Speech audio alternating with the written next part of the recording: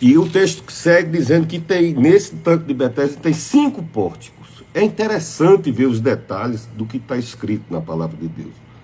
Nesses pórticos, nessa latada, nessa sombra, nessa cobertura, pórtico é 5 coberturazinhas, não é uma sala fechada, é uma cobertura e onde as pessoas, nesse lugar das latadas, ficava deitado uma grande multidão de doentes.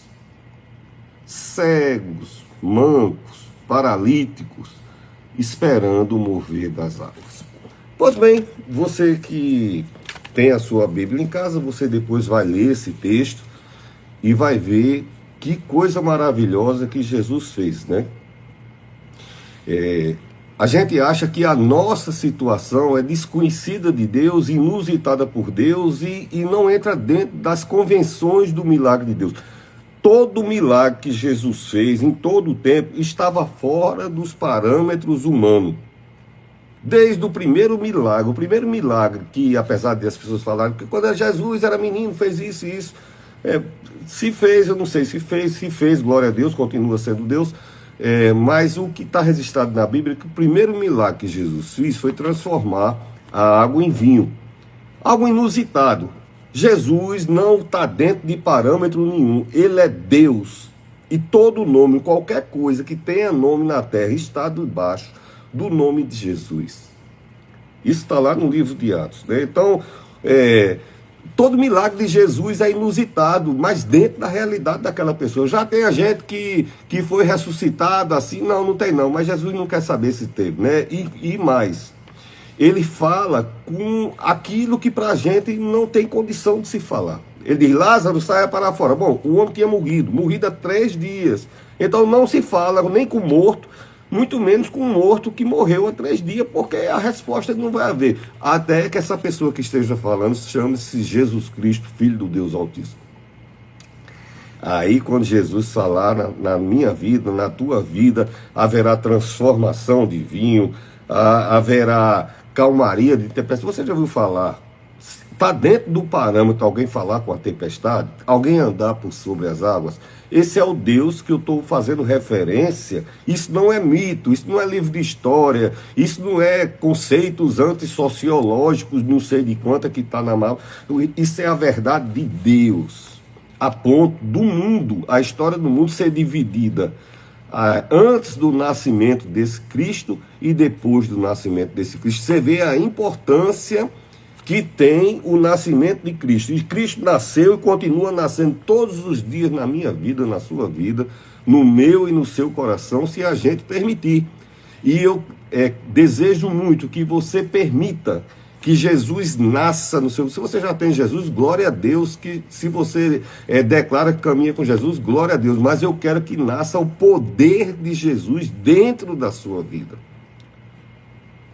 Bom, eu fiz a leitura de um ambiente que havia muitas pessoas doentes. Eu sou enfermeiro.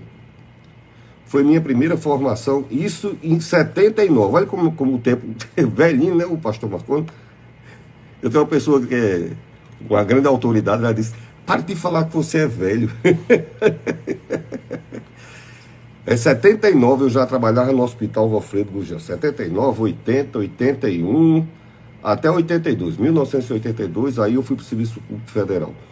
O ambiente do hospital, quando a gente chega pela primeira vez, é difícil a gente assimilar aquele cheiro. E o hospital tem asepsia, tem equipe limpando, tem gente correndo, tem vassourão, tem aquele negócio de lavar, e aquela equipe é para cima e para baixo. Agora estamos falando aqui de um lugar, 5 alpendres, que tinha todo tipo, neles ficava deitado uma grande multidão de doentes. Estava em pé? Não. Estava sentado? Não. Então eu acho que não estava muito bom. Tá certo? E tinha cego, tinha manco, tinha paralítico, e estavam esperando o mover das águas em sua vida. Só que eles queriam mover da água, haverá mover das águas, só que o olhar dele estava numa direção errada. Para você ter um exemplo, a história diz que nesse texto havia um homem que estava deitado há 38 anos esperando o mover da água na vida dele. Então essas pessoas, eles não tinham dinheiro, não tinham esperança, não tinha tratamento, não tinha médico. Ele tinha uma tradição que passou de pai para filho, dizendo que se ficasse ali, haveria uma solução para a vida dele. A questão não é o lugar aonde a pessoa estava. A questão é quem tem poder para trazer aquilo que aquela pessoa estava precisando. E olha, são situações de naturezas diferentes demais. Então tinha cego, então pessoas que não tinham visão. Eu não sei se você está precisando de uma resposta de visão, o que é que eu vou fazer, qual a direção. Ilumina meu caminho, Jesus, ilumina meu caminho.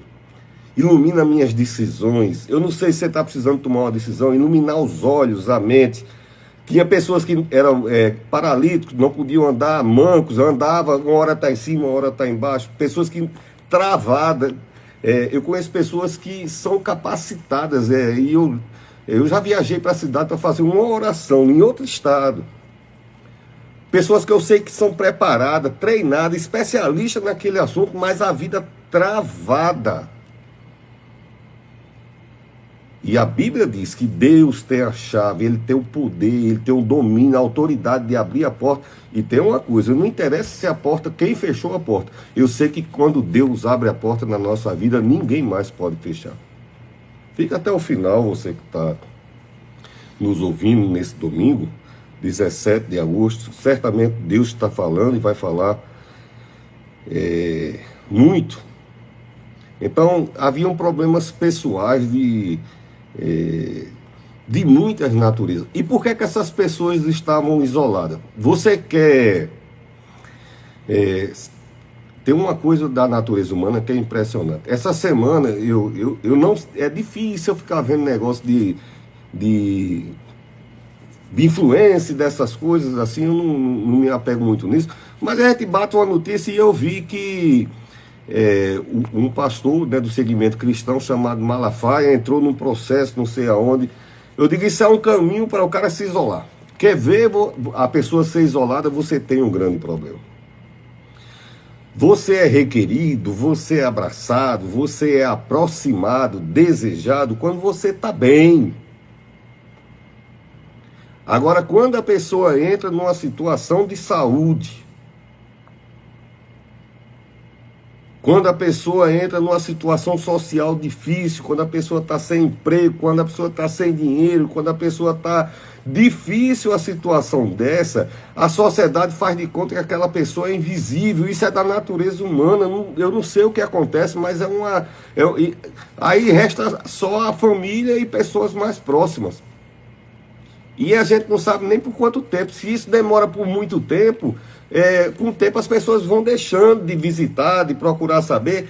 Ele está lá naquela vidinha dele. Mas há um Deus que continua com interesse, continua com poder e continua com o desejo de fazer tua situação mudar. É isso que a gente está trazendo nesse programa Dias Melhores, né? Então, esse lugar dos 5 alpendres, vamos botar onde? Vamos botar num lugar que a gente não tem que passar toda hora por cima deles, né? Fica tão chato. Você vê quando vai ter um grande evento numa capital, sim, em Estocolmo, lá na Austrália, lá na França, lá seja lá onde for, eles dão uma limpa na cidade, tira cachorro de rua, tira